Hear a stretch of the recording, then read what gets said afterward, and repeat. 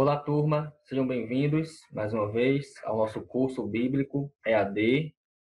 Hoje vamos falar sobre a lição número 8, que é o pecado. Queria dizer para vocês que nós estamos na reta final do nosso curso. Faltam aí apenas 4 lições, lição 9, lição 10, lição 11, no caso 4 com essa, que teremos hoje. E dizer para vocês também que essa é a minha última aula com vocês, tá certo? Então, meu desejo, minha oração é que vocês continuem firmes, que vocês perseverem e que vocês apliquem à vida de vocês esse ensino. Então, a nossa lição ela é um pouco extensa, né? Vocês têm a apostila em mãos. Eu quero fazer aqui um resumo da apostila, tentar aqui resumir o máximo possível neste vídeo. Quero começar com algumas leituras sugeridas. Na apostila eu coloquei 6 para vocês e eu vou resumir aqui apenas em 4, tá? Começando com a teologia sistemática do Wayne Grudem.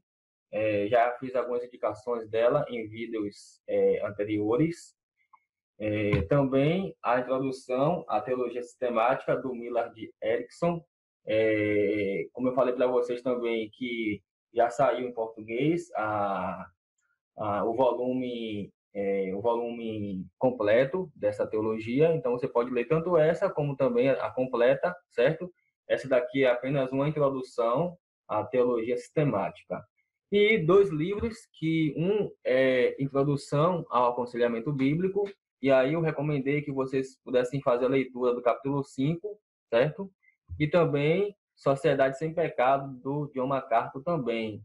Esse, o capítulo 1, eu coloquei nas leituras recomendadas e vale 1 ponto, certo? Então, além de vocês lerem a apostila e assistir ao vídeo, vocês devem também ler um capítulo aí de uma dessas teologias ou desses livros. Ok, quero passar aqui para os nossos objetivos, tá? Então, com essa lição, nós vamos saber definir o que é o pecado, conhecer a origem, a realidade e os resultados do pecado no universo, certo? Saber por que é importante estudar sobre um assunto pouco agradável. E quarto, ter uma base bíblica acerca de como aconselhar pessoas em pecado. Então, como eu falei para vocês, não é meu objetivo aqui, nesse vídeo, explicar toda a apostila, senão a gente ia precisar de mais de um vídeo, certo? Eu vou aqui destacar os pontos principais da apostila nesse vídeo, e vocês, como tem a apostila em mão, vocês podem estudar a apostila, certo? Então, vamos começar aqui com a definição de hamartiologia. Então, irmãos, a palavra hamartiologia ela é formada pela união de 2 palavras gregas. A palavra hamartia, que quer dizer pecado, certo? E a palavra logia, significa conceito ou estudo. Então, a doutrina da hamartiologia significa o estudo do pecado. E a parte da doutrina que estuda a origem, a realidade e os resultados do pecado. Então, já temos aqui a definição do que é hamartiologia. Vamos aqui agora também falar um pouquinho sobre a dificuldade de discutir o pecado. Por mais importante que seja, irmãos, a doutrina do pecado não é um tópico fácil de discutir em nossos dias. Falar sobre o pecado em pleno século XXI não é algo politicamente correto, né, para algumas igrejas. E há vários motivos para isso. Eu coloquei na apostila para vocês que é que o pecado, como a morte, não é um assunto agradável ou divertido, né? Ele nos deprime. Nós não gostamos de pensar muito em coisas ruins, em coisas más. Só que a doutrina do pecado nos ensina que é isso que somos por natureza, certo? Um outro motivo também que dificulta a discussão do pecado é que, para muitos, trata-se de um conceito estranho. Não só os problemas da sociedade eles são atribuídos a um ambiente pernicioso e não a homens pecadores, como também tem havido uma correspondente perda do sentimento de culpa nas pessoas, tá? E uma terceira e última dificuldade diz respeito à incapacidade de compreender o conceito de pecado. Pessoas não entendem o pecado, irmãos, como uma força interior, uma condição inerente, um poder controlador. Para elas, o pecado ele é visto como atos isolados, separados das pessoas, algo externo e concreto. Então, essa dificuldade que nós temos com essa doutrina. Agora vamos aqui observar a perspectiva bíblica da natureza do pecado. Então, irmãos, primeiro aí, peço que vocês, com a sua apostila, me acompanhem aí, por gentileza. Peguem a Bíblia de vocês e vamos fazer aqui a leitura de alguns textos. O pecado, ele é uma inclinação interior. Lá em Mateus 5, versículo 21, Jesus diz assim: ouvistes que foi dito aos antigos, não matarás, e quem matar estará sujeito a julgamento. E aí ele prossegue o versículo 22, o verso 27 e o 28, diz assim: ouvistes que foi dito, não adulterarás. Eu, porém, vos digo, qualquer que olhar para uma mulher com intenção impura no coração, já adulterou com ela. Então, meus irmãos, o pecado ele é uma inclinação interior, é uma disposição interior inerente que nos inclina para atos errados. Nós somos pecadores porque pecamos, irmãos. Pecamos porque somos pecadores. Pecado é a incapacidade de viver de acordo com o que Deus ele espera de nós, no que diz respeito ao que fazemos, pensamos e somos. Então, o pecado é uma inclinação interior. Pecado também é rebelião e desobediência aos mandamentos de Deus. Interessante que lá em Isaías, capítulo 1, versículo 2, diz assim, Isaías 1, 2, ouve, ó céus, e dá ouvidos, ó terra, porque o Senhor é quem fala. Querei filhos e os engrandeci, mas eles estão revoltados contra mim. Em outras versões, diz assim que eles se rebelaram contra mim, ou seja, contra o seu Criador. Então, irmãos, pecado é rebelião e desobediência. Pecado também é desalojar a Deus. Ou seja, é colocar qualquer outra coisa acima de Deus. Não terás outros deuses diante de mim. Pecado também é errar o alvo do padrão divino. E o pecado, irmãos, é traição de uma aliança, é uma infidelidade para com o Senhor. Então, toda vez que nós pecamos contra Deus, nós cometemos uma infidelidade, certo? O livro de Oséias, ele trabalha muito isso. Ele compara a esposa de Oséias com a nação de Israel. E lá em Josué, capítulo 7, versículo 1, Josué 7, 1, diz assim: prevaricaram os filhos de Israel nas coisas condenadas, porque Acã, filho de Carme, filho de Zabdi, filho de Zera, da tribo de Judá, tomou das coisas condenadas. A ira do Senhor se acendeu contra os filhos de Israel. Meus irmãos, pecado é justamente a traição de uma aliança, é uma infidelidade contra o Senhor. Então, essa aqui é a perspectiva bíblica da natureza do pecado. Também aqui eu lembro de Tiago, capítulo 4, versículo 4, em que ele diz: adúlteros e adúlteras, não sabeis vós que a amizade do mundo é inimizade contra Deus? Então, o pecado, irmãos, ele é considerado como um adultério espiritual aos olhos do Senhor. Vamos passar aqui para a importância da doutrina do pecado. Eu queria aqui mencionar algumas coisas. Primeiro, que a nossa visão do pecado, ela afetará o nosso entendimento, irmãos, da pessoa de Deus. Para entendermos a essência do pecado, nós precisamos entender a essência da pessoa de Deus. De um Deus que é 3 vezes santo, de um Deus que é justo, de um Deus que ele pune o pecado, o pecador, né? O Senhor, irmãos, ele não tolera o pecado, porque Deus ele é santo, ele é um Deus zeloso. Quando nós temos esse entendimento acerca de Deus, nós vamos entender melhor a doutrina do pecado. Mas se não tivermos esse entendimento acerca do nosso Deus, a nossa visão do pecado ela será distorcida, irmãos. Segunda coisa é que nossa visão do pecado afetará nosso entendimento acerca do homem. Mais à frente, nós vamos observar algumas vertentes que diz que o homem é bom, que o pecado não afetou o homem, como a Bíblia de fato fala. Então, se você não tiver uma visão correta do homem, isso aí vai afetar a doutrina do pecado, certo? Ao ter uma visão do homem como um ser moral, criado à imagem e semelhança de Deus e responsável por suas escolhas, o pecado então será encarado como o mau uso desta liberdade, gerando grandes responsabilidades pelas escolhas morais que fizer.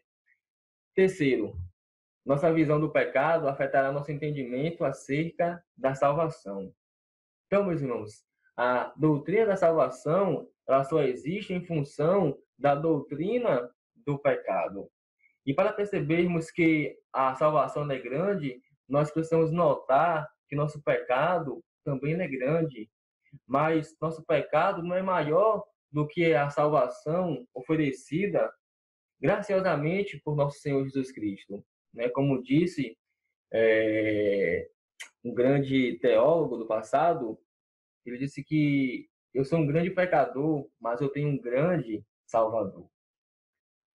Quarto, nossa visão do pecado afetará de modo prático o nosso ministério. Meus irmãos, se a gente observar o homem apenas como um pecador falido e distante de Deus, nós faremos de tudo para levar as boas novas de salvação até ele. Quando nós entendemos que ele é pecador, que ele transgrediu as leis de Deus, que ele está morto em delitos e pecados, nós vamos fazer de tudo, irmãos, para levar a mensagem de salvação para as pessoas. Mas se nossa visão for diferente desta, então a mensagem ela será uma mensagem diluída, restringindo-se apenas a questões éticas e morais. Será apenas mensagens de autoajuda, irmãos. E aí entra aqui a questão da teologia coaching, em que você diz para as pessoas que tudo está bem, que você é o centro do coração de Jesus. Enfim, então perceba que uma doutrina ela sempre vai estar em harmonia com a outra. E se você tiver uma visão distorcida de uma doutrina, você colocará em risco todas as demais doutrinas. Ok? Então vamos passar aqui agora para a definição de pecado. Na apostila eu coloquei aí muito mais do que isso, então eu vou só resumir aqui, que nós colocamos na apostila. Definição de pecado. As escrituras diagnosticam o pecado como uma deformidade universal, irmãos, da natureza humana. Deformidade que se manifesta em cada pormenor da vida de cada pessoa. 1 Reis, capítulo 6, diz assim: 1 Reis, capítulo 8, versículo 46. Quando pecarem contra ti, pois não há homem que não peque, e tu te indignares contra eles e os entregares às mãos do inimigo, a fim de que os leve cativos à terra inimiga, longe ou perto esteja. Aqui é a oração de Salomão a Deus. E Salomão está mostrando aqui para nós, irmãos, que não há homem que não peque. Lá em Romanos 3, versículo 9 ao 23, Paulo ali está tratando acerca da depravação total, que toda a humanidade ela está debaixo de pecado. Paulo ele começa o capítulo 1 de Romanos mostrando que os gentios, os pagãos, eles estão debaixo do pecado. O capítulo 2, Paulo ele vai mostrar que os judeus também eles estão debaixo do pecado. E o capítulo 3 de Romanos, Paulo ele fecha o seu argumento, irmãos, dizendo assim, que tanto os judeus como os gentios, todos estão debaixo do pecado. E Paulo ele vai fazer 7 citações do Antigo Testamento para provar a sua tese que todos pecaram e estão destituídos da glória de Deus. Irmãos, é fantástico esse texto. Depois, se vocês puderem, leiam aí Romanos capítulo 1, 2 e o capítulo 3, certo? Essa definição que nós temos aqui, uma definição bem breve, poderia dizer também para vocês que o pecado ele também pode ser definido como quebra da lei de Deus ou falta de conformidade com essa lei, em qualquer aspecto da vida, irmãos, quer nos pensamentos, nas palavras ou nas ações. Entre as passagens das Escrituras que ilustram diferentes aspectos do pecado, poderíamos citar aqui Jeremias 17:9, que diz que o coração do homem é corrupto, Mateus 12:30 ao 37, Romanos 1:18 ao 3, que eu citei agora, entre outros, certo? Então, vamos passar aqui a observar a origem do pecado. A origem. Dizer para vocês que Deus ele não é o autor do pecado, nem o aprova. Lá em Abacuque 1:13, vai dizer que Deus ele é tão puro de olhos que ele não pode contemplar o mal, irmãos. E lá em 1 João, capítulo 1, versículo 5, 1 João, capítulo 1, versículo 5, diz assim: Ora, a mensagem que da parte dele temos ouvido e vos anunciamos é esta, que Deus é luz e não há nele treva nenhuma. Então, meus irmãos, Deus ele não é o autor do pecado, nem tampouco ele o aprova. Deus ele não pode pecar, pois ele é completamente santo e justo. O Senhor ele é puro de olhos e não pode se relacionar com o mal, como diz Abacuque, irmãos. Ele não pode tentar ninguém ao pecado, como diz Tiago.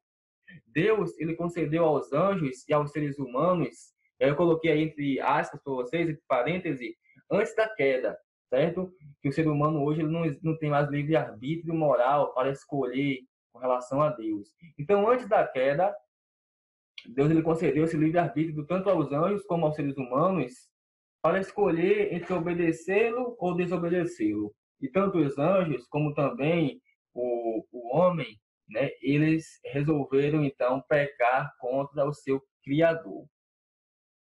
Segundo aí, o pecado ele se originou em Satanás e entre os anjos rebeldes.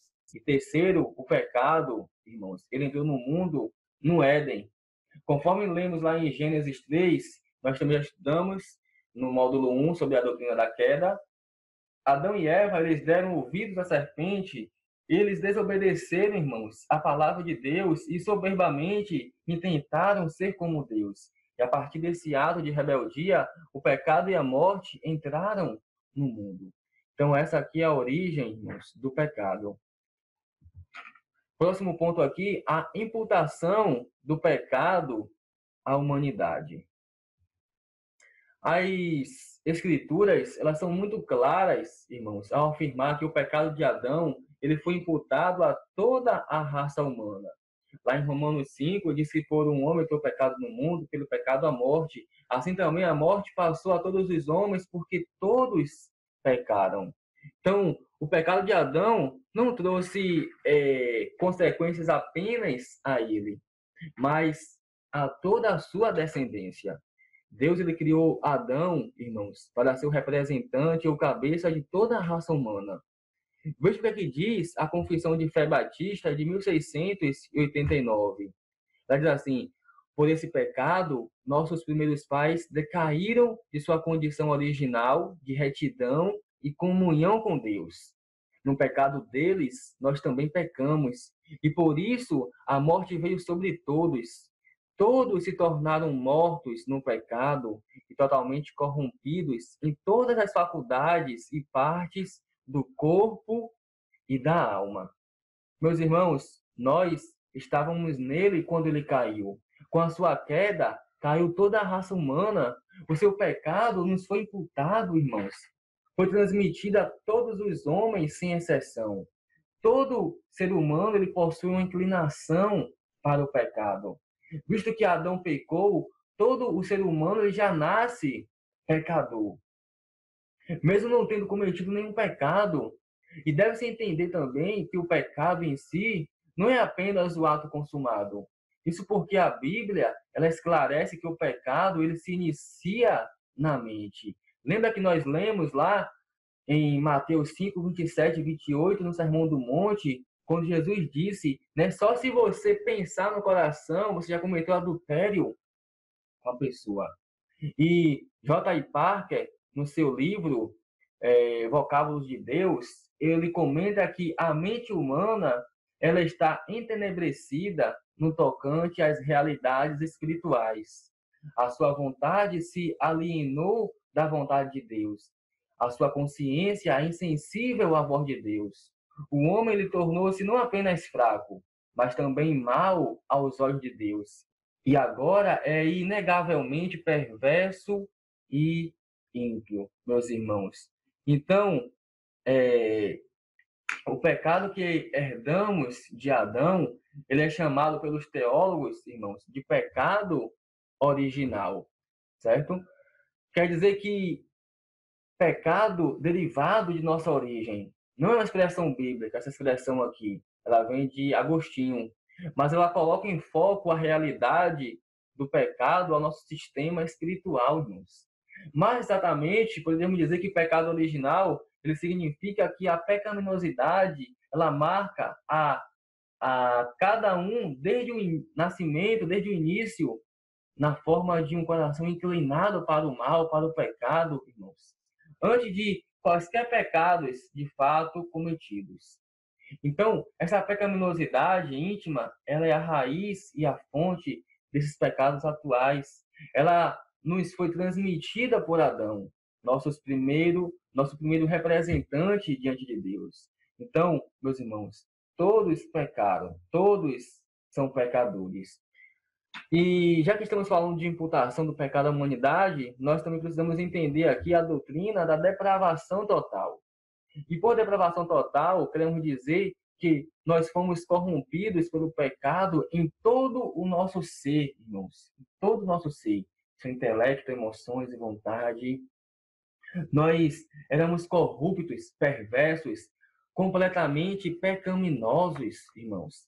A depravação total, ela não significa que os pecadores descrentes, eles são sempre tão ruins quanto poderiam ser. Não significa isso.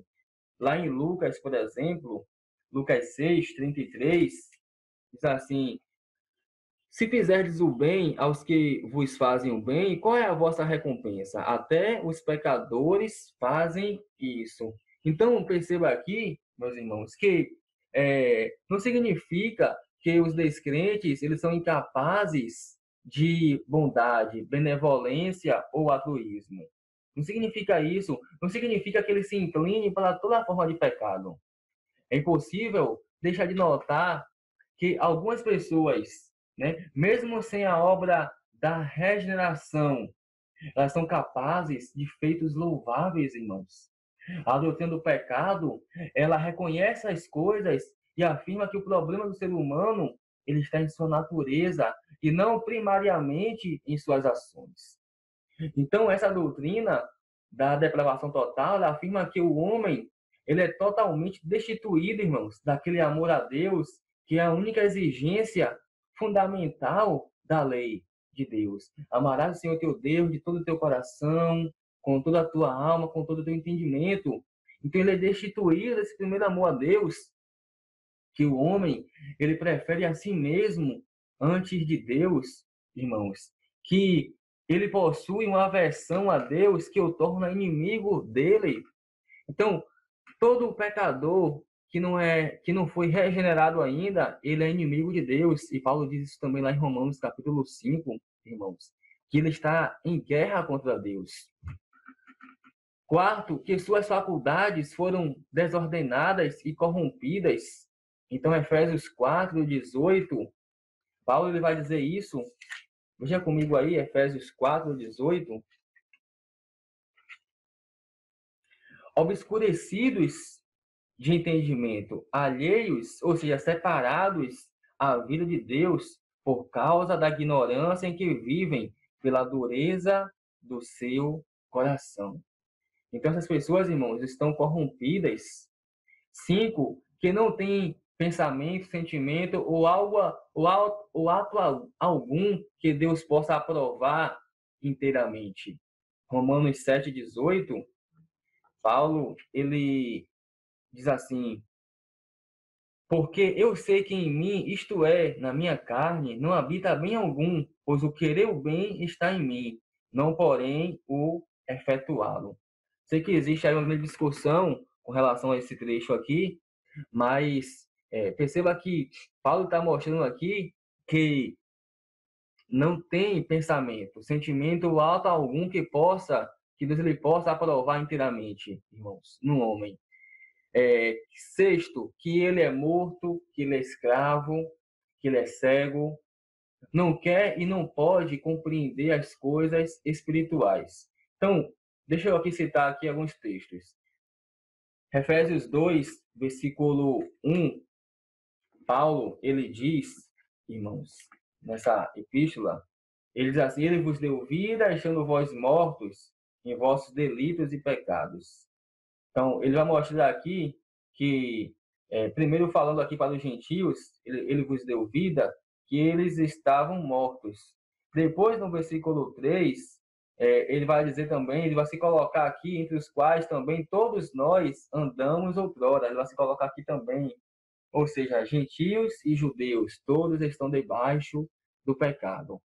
Segundo as Coríntios, capítulo 4, vai dizer que Satanás ele cegou o entendimento dos incrédulos para que não lhes resplandeça a luz do evangelho.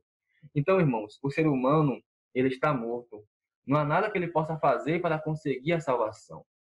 Deus é quem chega e quem transforma o coração do pecador. Agora vamos aqui ver o resultado da depravação. Primeiro, o homem ele não pode mudar o seu caráter e vida para torná-lo de acordo com a lei de Deus, irmãos. Ele não pode fazer isso. Segundo, a humanidade descrente não tem capacidade de desejar, de compreender, crer ou aplicar a verdade espiritual. Porque um morto ele não pode fazer nada, irmãos. A pessoa está morta, a menos que Deus ele chegue, que ele ressuscite, que ele transforme o coração, que ele mude a disposição do coração, a pessoa vai continuar morta em seus delitos e pecados. É por isso que nós entendemos, que nós cremos, que nós pregamos que nenhuma pessoa tem condição de aceitar Jesus. Se não for o próprio Deus que abre o coração, assim como ele fez lá com Lídia, em Atos 16, 14, abrindo o coração para que ela pudesse compreender as verdades espirituais. Se Deus não fizer isso, irmãos, ninguém mais pode fazer. A pessoa jamais terá condições de realmente se converter ao Senhor. Por isso que quando nós evangelizamos, nós pregamos para a pessoa e, ao mesmo tempo, nós oramos, pedindo para que o Senhor, ele ilumine, ele abra o coração do pecador. Esse é o resultado. Terceiro, falta de disposição para as coisas espirituais. Então, o pecador ele não quer saber de Deus, irmãos. Você chama para ir à igreja, dá desculpas, né? As pessoas não querem saber de Deus, elas fecham as portas, elas não querem ouvir a mensagem de Deus. Então, isso aí é resultado da depravação. E nós não devemos julgar porque nós também éramos assim. A gente não queria saber das coisas de Deus, a gente não queria ir para a igreja, ler a Bíblia. Então, essa falta de disposição para as coisas espirituais é um resultado da depravação total. Ok? Então, uma vez que nós entendemos aqui, isso aqui, fica muito mais claro de a gente entender a doutrina do homem, a doutrina da salvação. Fica muito mais fácil, meus irmãos, até para evangelizar. Então, vamos passar aqui para a doutrina, os efeitos do pecado. E a questão a ser considerada neste ponto diz respeito ao modo, irmãos, e à abrangência como o pecado de Adão ele nos atingiu. Até que ponto o pecado original nos afetou? Qual o efeito da natureza pecaminosa que herdamos de nossos pais sobre nossa vida hoje? Quais as limitações que a depravação provocada pelo pecado original nos impõe? Então, irmãos, estas perguntas elas são obviamente respondidas de modo diferente por cada corrente teológica presente no meio do cristianismo. E aqui eu quero apresentar para vocês as principais visões sobre os efeitos do pecado sobre nós hoje e a conclusão final daquilo que nós julgamos ser a posição correta. Então, quero começar aqui com o pelagianismo. Pelágio ele foi um monge, irmãos, britânico do final do século IV ao início do século V, e o seu principal oponente foi Agostinho de Hipona. E Pelágio, ele pregava, ele ensinava que Adão ele foi responsável apenas por sua depravação, ou seja, que o pecado ele não foi imputado à humanidade. Adão ele foi apenas um mau exemplo. Sendo assim, todo ser humano ele é capaz de agradar a Deus, assim como Adão antes da queda, visto que todos nascem moralmente neutros. Ou seja, ele vai ensinar que todos nascem, irmãos, neutros, nem santo nem pecador. E que o ser humano, ele nasce com a capacidade de escolher livremente se vai pecar ou não. Aqui entra a questão do livre-arbítrio. Então, Pelágio, ele ensinava, né, isso aqui, e teve uma luta, uma briga ferrenha lá entre ele e Agostinho. E aqui eu vou justamente já trabalhar o segundo ponto, falando de Agostinho, calvinismo. Agostinho, irmãos, em oposição a Pelágio, ele afirmava que o homem ele foi afetado pelo pecado de Adão de forma integral. Como consequência, a humanidade ela se encontra decaída, visto que Adão ele foi o representante federal da humanidade, como nós vimos no ponto anterior.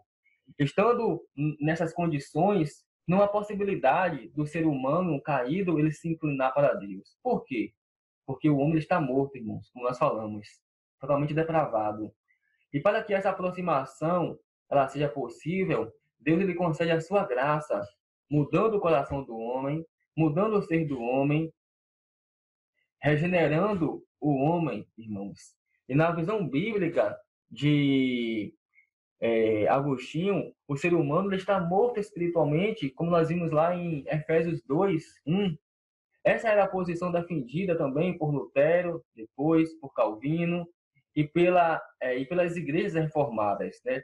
Pela maioria das igrejas que são de cunho reformado, pelos batistas, também calvinistas.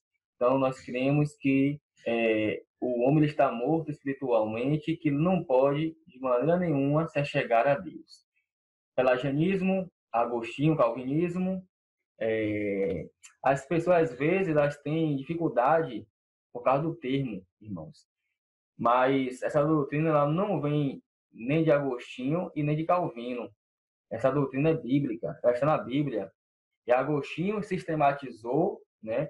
Depois, Calvino, com seus estudos, ele se preocupou muito em estudar a doutrina do pecado, da salvação. E aí, Calvino, então, elaborou aí melhor essa doutrina, pegam lá de Agostinho, e aí as pessoas trazem essa nomenclatura, calvinismo, e aí às vezes elas acham que isso aí veio de Calvino, mas na verdade são doutrinas bíblicas que Jesus pregou, que Paulo pregou, né? E vários outros servos de Deus pregaram. Semi-pelagianismo. Então, veja bem, o pelagianismo ele foi considerado como heresia no quinto século. Os concílios da época eles rejeitaram esse ensinamento de Pelágio. Só que mais à frente um pouco, irmãos, essa doutrina ela tornou a ressurgir, né? Como acontece também hoje. Então, essa linha teológica ela foi sistematizada por Cassiano. Ele afirmava que o pecado ele afetou todas as pessoas da humanidade. A vontade de Adão ela foi corrompida pela queda, mas não de forma completa. Sendo assim, o ser humano ele possui a capacidade para escolher por sua livre vontade se quer servir a Deus ou não. Entra aqui novamente o livre-arbítrio, né? Aqui nós temos essa posição da Igreja Católica Romana, em que eles afirmam o seguinte, que a salvação é uma possibilidade, visto que ela está disponível a todos e depende da iniciativa da pessoa. Ou seja, nada acontece se o homem ele não der o pontapé inicial. E é o que nós vemos hoje na maioria das igrejas, né? Na visão de Cassiano, o homem ele estava doente espiritualmente. Então, irmãos, o Hayre, o autor da teologia ao alcance de todos, ele comenta que o semi-pelagianismo ele é ensinado pela Igreja Católica Romana e também por alguns grupos protestantes. O pecado original ele é eliminado na água do batismo. Então, o semi-pelagianismo, né, ele trouxe essa ideia que não realmente o pecado de Adão, né, ele afetou as pessoas, mas não de tal maneira que o ser humano não possa escolher a Deus. Sem pelagianismo, e aqui nós temos também o arminianismo. Nós temos aqui Jacó Arminius. Armínio, ele viveu no período de 1560 a 1609. Deixa eu só contar um pouquinho de história para vocês, que Jacó Arminius, né, ele não teve nenhum escrito acerca dessas doutrinas. Na verdade, foram os seus discípulos, né, que deram início à remonstrância, porque Armínio começou a ensinar aos seus alunos totalmente o contrário, né, acerca das doutrinas do calvinismo, da depravação total, da eleição, enfim, 5 pontos, e ele começou a rejeitar. Só que aí, quando Armínio ele morreu, os seus discípulos pegaram seus escritos e aí começaram então a questionar. Eles enviaram uma carta lá para a Holanda, né, o sínodo, e aí para rejeitar o ensino como heresia. Mas a verdade foi o ensino deles que foram considerados como hereges. E aí foi então formado um sínodo lá em Dort, na Holanda, para discutir esses assuntos. E aí então esses ensinamentos do arminianismo, eles foram rejeitados. Eles foram expulsos da Holanda, né, por 6 anos. Naquela época, quando uma pessoa era considerada herege, ela era excluída lá do seu país, ficava 6 anos fora e depois retornava. Hoje não precisa disso, né? Hoje a gente não tem isso. Então, meus irmãos, o arminianismo, ele ensina que todo ser humano ele recebe, né, a natureza pecaminosa, entretanto não recebe a culpa pelo pecado. Ele também diz o seguinte, estou aqui tentando resumir aqui para vocês, ele diz que a graça é dada a todos, através da expiação de Cristo. Foi oferecida a toda a humanidade uma graça preveniente, ou seja, que Deus ele viu lá no futuro que fulano quer se converter e Deus ele coloca essa graça no coração da pessoa, né? A qual anula as consequências judiciais do pecado de Adão e neutraliza a sua corrupção. E aqui coloquei para vocês também que entre as igrejas arminianas estão a metodista, o wesleyana, os pentecostais em geral, e infelizmente muitas igrejas e denominações que já foram de de confissão reformada, como batistas e presbiterianos. Então, irmãos, o arminianismo ele é bastante semelhante ao semi-pelagianismo, é muito próximo, de tal forma que poderíamos dizer que o arminianismo é o desenvolvimento do semi-pelagianismo. Essa foi uma tentativa, como já falei, de modificar o calvinismo, entretanto, pelo menos naquela época, séculos XVI e XVII. Só que isso não aconteceu, visto que uma reunião de líderes eclesiásticos, que foi formado o Sínodo de Dort, condenou a doutrina arminiana como heresia, como eu falei para vocês, né? E qual é a visão correta, então? Conclusão. Grandes discussões existiram ao longo da história com relação a esta doutrina, irmãos. Poderia citar aqui também o debate acalorado ali entre Lutero, né, e Erasmo de Roterdã. Erasmo também seguia essa linha semi-pelagiana, ele era católico, e Lutero dizia que o homem ele não tem livre-arbítrio, e Erasmo dizia que ele tem livre-arbítrio, né? E aí, o Lutero escreveu um livro para responder às ideias de Erasmo. Em latim, o livro chamava De Servo Arbítrio, que ele foi traduzido para a língua portuguesa pela editora Fiel, que é nascido escravo. Tá? Então, aqui é um argumento, uma refutação de Lutero acerca do livre-arbítrio. Então, Lutero ele vai dizer, ele vai ensinar que o ser humano ele nasce totalmente morto em delitos e pecados. Então, meus irmãos, enquanto que a teologia arminiana e a pelagiana ela exalta a suposta liberdade do ser humano em sua capacidade de escolha, O calvinismo ele se concentra no caráter soberano de Deus, que está no controle de todas as circunstâncias da história. É interessante, tem muitas pessoas que dizem, né, que até no nosso meio batista regular que são batistas, mas não acreditam, né, nos 5 pontos, não acreditam na depravação total, na doutrina da depravação total, não creem. Só que eu quero dizer para vocês que de todas essas correntes que nós vimos, cremos que o calvinismo ele é mais coerente com a Bíblia, porque o enfoque das Escrituras, irmãos, é a glória do Deus soberano e não a liberdade humana. Além disso, o calvinismo ele é mais coerente biblicamente no que diz respeito à condição completamente depravada do ser humano, o que impossibilita que este tenha autonomia em suas escolhas diante de Deus, visto que não há nada, irmão, de bom no ser humano que o capacite a render-se ao Salvador. Pelo contrário, todos os que se aproximam de Cristo o fazem porque Deus o conduz nesta direção. Lá em João 6, versículo 44, Jesus vai dizer, não podeis vir a mim para terdes vida, né?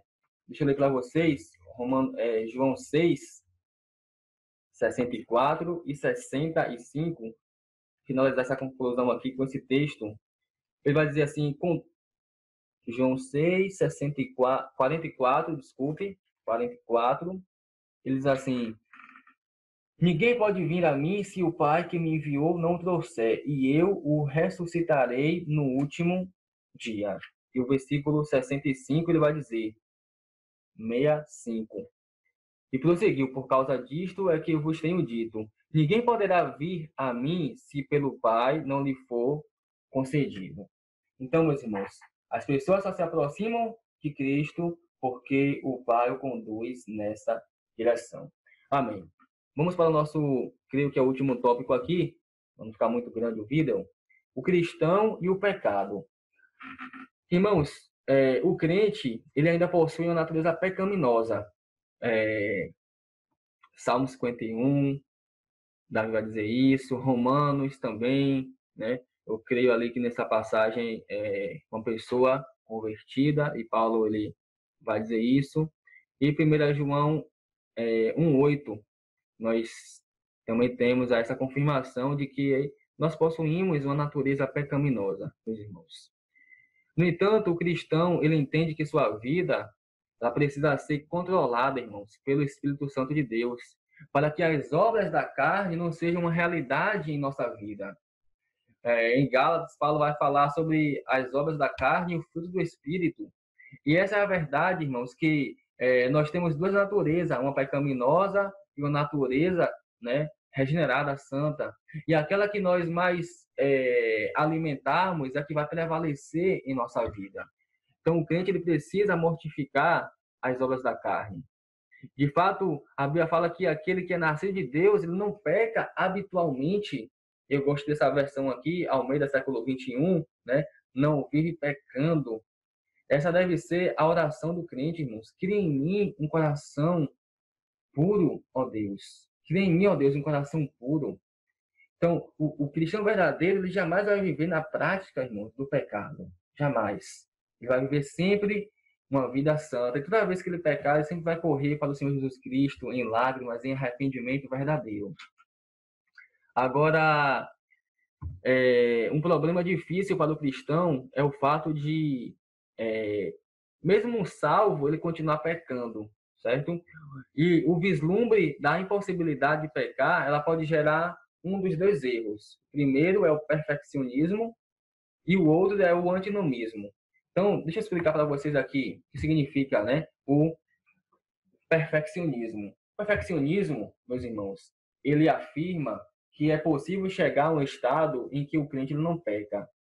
Não significa que não possa pecar, mas que de fato não peca. Assim, ele coloca uma carga insustentável sobre os crentes, de modo a desprezar a graça de Deus. E alguns textos usados por eles, por exemplo, Mateus 5,48, em que Jesus vai dizer lá no Sermão do Monte, sede vós perfeitos, como é perfeito o vosso Pai Celeste. Só que essa palavra perfeitos ali, irmãos, em Mateus 5,48, não quer dizer perfeito no sentido de sem pecado, mas a palavra ali é teleios, quer dizer, né, maturidade, alcançar o objetivo. Então, pelo contexto, você vai entender ali, né, o significado de perfeito naquele texto. E outro texto é 1 Tessalonicenses 5:23, tá? Que eles usam aí para dar base, para dizer que tem como viver uma vida sem pecar aqui nesta terra. Só que é interessante notar isso aqui, que os monges, né, eles achavam isso, por isso que eles se afastavam de todo mundo, das pessoas, né, iam lá, ficavam lá nas grutas e tentavam viver uma vida mesmo piedosa. Mas eles descobriam, irmãos, que é o nosso próprio coração, que por mais que você vá para um deserto, você fique lá, você vai continuar pecando, porque isso faz parte da nossa natureza. Eu coloquei aqui algumas pessoas, como Pelágio, John Wesley, né, o metodismo, Charles Finney, que foi o precursor aí do pentecostalismo, e alguns ramos do pentecostalismo, eles difundem essa ideia, né? Eles ensinam aí que a pessoa, que o crente, ele pode chegar a um estado de perfeição, certo? Então, o primeiro erro é o perfeccionismo, o segundo é o antinomismo. O antinomismo, irmãos, é o relaxamento do padrão de santidade sob a desculpa de que, já que não se pode deixar de pecar, é bobagem lutar contra o pecado, de modo a desprezar a santidade de Deus. Essas duas opções, elas levam à escravidão e à libertinagem, respectivamente, certo? O correto é que o cristão ele ande na luz, desfrutando, irmãos, tanto da transformação da vida regenerada, como também do perdão do Salvador. Os inimigos do cristão, nós temos aí o mundo, que se refere ao sistema de vida mundano, né? Nós temos a carne, que se refere à natureza pecaminosa que existe em cada um de nós, e nós temos também o diabo, que é um grande inimigo dos cristãos, tá? Então, nós temos o mundo, a carne e o diabo. E desses três, irmãos, eu diria para vocês, seguindo aqui a linha aqui de Spurgeon, que desses três, o pior é o nosso próprio coração, desses três. Às vezes a gente atribui a Satanás o que é da nossa própria natureza pecaminosa, né? Nós atribuímos a Satanás o que vem do coração. Então, esses são os inimigos do cristão. Segundo aí a prevenção do pecado, né? Qual deve ser a prevenção do pecado? Primeiro, a palavra de Deus. Então, a Bíblia, irmãos, as Escrituras, quando aprendidas e memorizadas, elas nos ajudam a lutar contra o pecado, certo? Por isso, nós precisamos ler a Bíblia, meditar nela, estudar a palavra de Deus. E o salmista ele vai dizer: guardei no meu coração as tuas palavras para não pecar contra ti. E o remédio para o pecado, meus irmãos, é justamente a confissão. A confissão, certo? 1 João 1:9, ele vai dizer: se confessarmos nossos pecados, ele é fiel e justo para nos perdoar os pecados e nos purificar de toda a injustiça. Então, isso aqui não significa simplesmente você mencionar uma lista de pecados, mas você se arrepender de fato e deixá-los, irmãos. É através do quebrantamento e arrependimento e relacionamento com Deus que, então, a pessoa pode ser restaurada. Então, o remédio para o pecado é a confissão, certo? E aqui, eu estou chegando aqui às minhas conclusões. Eu queria dizer para vocês, Deus, ele entregou todos os homens à corrupção moral. Sem a graça, irmão, salvadora de Deus, o indivíduo ele continuará em seu estado moralmente corrupto para sempre. Então, não se deixe enganar por aquelas pessoas e religiões que dizem que o ser humano ele é bonzinho. Essa não é a visão bíblica. Todas as nossas justiças, irmão, são como um trapo de imundícia. Não há um justo. A Bíblia fala que não há quem faça o bem, não há sequer um. O ser humano só não é pior porque Deus ele refreia o mal. Senão nós seríamos tão perversos, irmãos, e imoral como qualquer um. Nosso coração ele é corrompido, irmãos. E eu pude provar isso para vocês nas Escrituras Sagradas. Em tudo que nós vimos, todos os textos, o ser humano ele é corrupto.